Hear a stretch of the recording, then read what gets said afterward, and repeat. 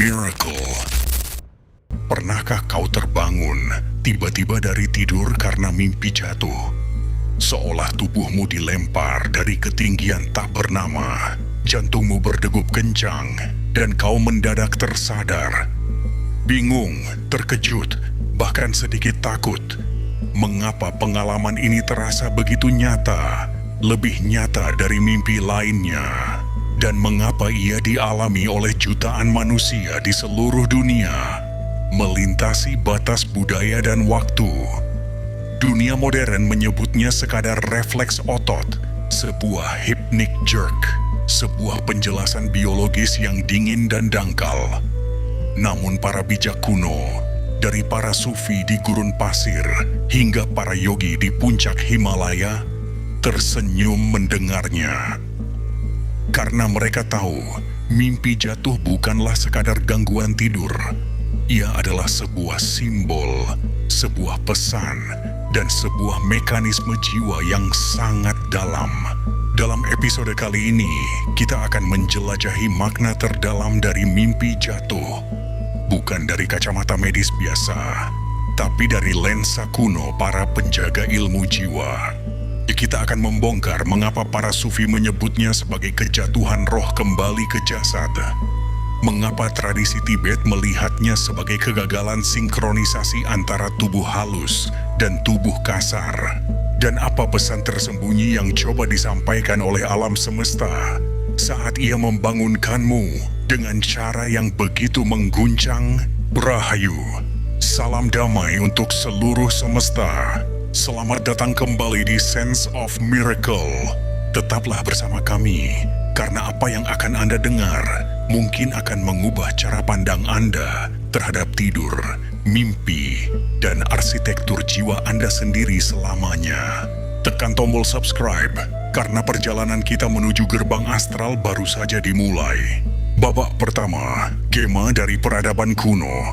Jauh sebelum ilmu kedokteran modern ada, peradaban-peradaban kuno tidak melihat mimpi jatuh sebagai kecelakaan biologis, melainkan sebagai isyarat dari dimensi yang lebih halus. Dalam manuskrip mistik Timur Tengah, para sufi menggambarkannya sebagai tajalli al-nafs, manifestasi jiwa yang ditarik kembali secara paksa ke alam fisik. Mereka percaya, saat tubuh astral mulai menjelajah, jiwa akan tersentak kembali ke jasad jika kesadarannya belum siap atau masih terikat kuat pada dunia. Dalam tradisi yoga tidur di Tibet, fenomena ini dilihat sebagai kegagalan sinkronisasi. Tubuh halus mencoba naik menuju pengalaman lucid dream, namun ditarik paksa oleh tubuh fisik yang belum stabil atau masih dipenuhi ketakutan bawah sadar. Di India kuno, ia dikaitkan dengan prana beda, ketidakseimbangan energi kehidupan. Ketika saluran energi menadi tidak seimbang, ruh akan tergelincir saat mencoba memasuki alam antara, menyebabkan sensasi jatuh kembali ke tubuh yang lebih padat. Bahkan dalam filsafat barat, teks-teks hermetik menganggap mimpi jatuh sebagai simbol jiwa yang kehilangan pijakan spiritualnya. Dalam alkimia, jatuh adalah metafora untuk nigredo, tahap kegelapan batin yang harus dilalui sebelum pencerahan. Semua peradaban ini, yang terpisah oleh geografi dan waktu, berbicara tentang satu pengalaman yang sama. Ini bukanlah kebetulan. Ini adalah gema dari sebuah mekanisme universal dalam arsitektur kesadaran manusia. Babak kedua, penjelasan dunia modern and tabir yang terlupakan. Dunia modern, dengan kecenderungannya pada materialisme, menawarkan penjelasan yang sederhana. Fenomena ini disebut hypnic jerk, sentakan otot tak sadar yang terjadi saat seseorang beralih dari keadaan terjaga ke tidur. Teorinya adalah saat otot-otot rileks dengan cepat, otak terkadang salah mengartikannya sebagai sensasi jatuh, lalu mengirimkan sinyal kejut untuk menyelamatkan tubuh. Penjelasan ini benar, namun hanya pada level fisik. Ia menjelaskan apa yang terjadi pada otot, tetapi gagal total menjelaskan mengapa pengalaman batinnya begitu spesifik dan universal. Ia mengabaikan pertanyaan-pertanyaan yang lebih dalam. Mengapa sensasinya selalu jatuh, bukan terlempar ke samping atau terhisap ke bawah? Mengapa seringkali disertai visual atau mimpi singkat tentang tersandung atau terjatuh dari tebing? Dan mengapa ia terasa begitu nyata? Penjelasan modern telah menutup pintu menuju pemahaman yang lebih dalam, mengubur kebijaksanaan kuno di balik label refleks otot. Mereka hanya melihat riak di permukaan air tanpa pernah bertanya apa yang menyebabkan getaran dari kedalaman. Babak ketiga, arsitektur jiwa saat terlelap. Untuk memahami mimpi jatuh, kita harus memahami apa yang terjadi saat kita tidur. Tidur bukanlah sekadar mematikan saklar kesadaran. Ia adalah sebuah proses pelepasan yang terstruktur. Jiwa atau tubuh astral secara perlahan melepaskan ikatannya dari tubuh fisik untuk melakukan perjalanan ke dimensi halus. Bayangkan tubuh fisik Anda adalah sebuah jangkar yang berat, dan tubuh astral Anda adalah sebuah balon udara. Setiap malam, tali yang mengikat balon itu dilonggarkan agar ia bisa melayang dan memperbaiki dirinya di alam energi. Proses ini harus berjalan harmonis. Namun, jika proses pelepasan ini terganggu entah karena stres, kelelahan, pikiran yang kacau, atau ketakutan bawah sadar, maka tali pengikat itu oleh kaum esoteris disebut tali perak akan menarik kembali balon itu dengan keras, dan tiba-tiba tarikan paksa inilah yang kita rasakan sebagai sensasi jatuh yang mengguncang. Ini seperti anak kecil yang baru belajar berjalan. Seringkali ia terjatuh bukan karena tidak bisa, tetapi karena gerakannya belum selaras dan masih ragu-ragu. Babak keempat, cermin psikologis dan medan getaran. Mimpi jatuh juga merupakan cermin dari kondisi batin kita. Jika dalam kehidupan nyata Anda sedang merasa kehilangan kendali, khawatir akan masa depan itu, atau jatuh secara finansial maupun relasi, maka mimpi jatuh adalah refleksi simbolik dari keadaan psikologis Anda. Pikiran bawah sadar Anda menggunakan metafora paling purba untuk memberitahu Anda, aku merasa tidak punya pijakan.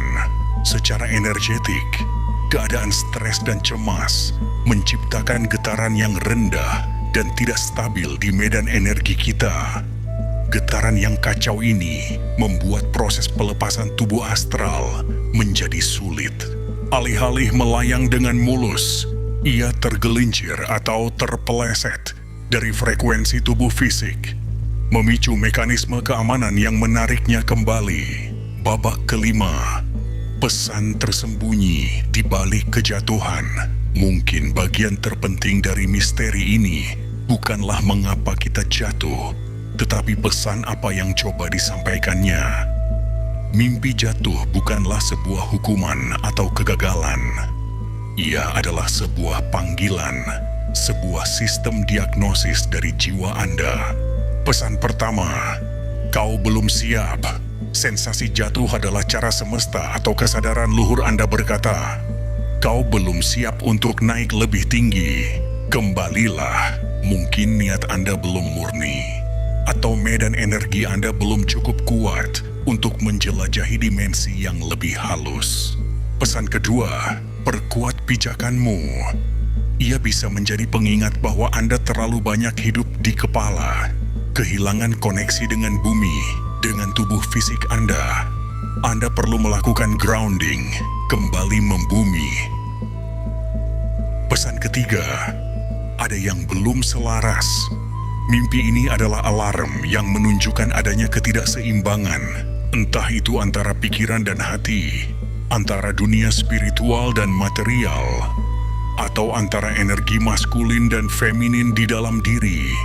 Pesan keempat, ingatlah kau bukan hanya tubuh ini. Meskipun terasa mengguncang, pengalaman ini adalah bukti nyata bahwa ada bagian dari dirimu yang bisa terpisah dari tubuh fisik. Ia adalah latihan kecil, sebuah miniatur dari perjalanan jiwa yang lebih besar, yang mengingatkanmu akan hakikat sejatimu sebagai makhluk spiritual. Yang menarik, mimpi jatuh selalu membangunkan Anda sebelum menyentuh tanah. Ini adalah pesan tersembunyi yang paling indah. Rohmu tahu batasnya dan akan selalu menjagamu. Babak ke-6, menempa sayap jiwa. Latihan praktis. Jika mimpi jatuh adalah tanda ketidaksiapan, lalu bagaimana cara kita mempersiapkan diri? Bagaimana cara kita menempa sayap jiwa agar bisa terbang dengan stabil? 1. Latihan grounding, membumi. Sebelum tidur, berdirilah tanpa alas kaki di atas tanah, jika memungkinkan, atau cukup visualisasikan akar-akar energi tumbuh dari telapak kakimu. Masuk jauh ke dalam inti bumi. Ini akan menstabilkan energi Anda dan mengurangi guncangan saat transisi tidur. 2. Membersihkan medan energi. Mandi dengan air garam sebelum tidur adalah cara kuno yang sangat efektif untuk membersihkan residu energi negatif yang menempel di aura Anda setelah seharian beraktivitas. 3. Menetapkan niat suci. Alih-alih langsung tidur, luangkan waktu sejenak, pejamkan mata dan ucapkan niat dalam hati. Saya niatkan tidur malam ini untuk penyembuhan, istirahat, dan menerima bimbingan dari sumber kebijaksanaan tertinggi. Niat yang jernih adalah kompas bagi perjalanan jiwa. 4. Latihan pernapasan penyelarasan. Gunakan teknik pernapasan sederhana seperti pernapasan kotak. Tarik napas 4 hitungan, tahan 4 hitungan, hembuskan 4 hitungan, tahan 4 hitungan. Lakukan beberapa putaran.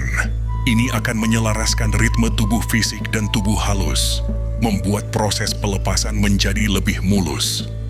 Kini kita memahami bahwa mimpi jatuh bukanlah sekadar gangguan tidur, melainkan sebuah gerbang tersembunyi menuju pemahaman yang lebih dalam tentang arsitektur jiwa. Di balik sentakan tubuh itu, terdapat pesan yang halus namun kuat. Kau sedang dipanggil untuk mengenal dimensi dirimu yang lebih tinggi. Dalam jatuh itu, semesta berbicara. Ia tidak menghukummu, ia membimbingmu.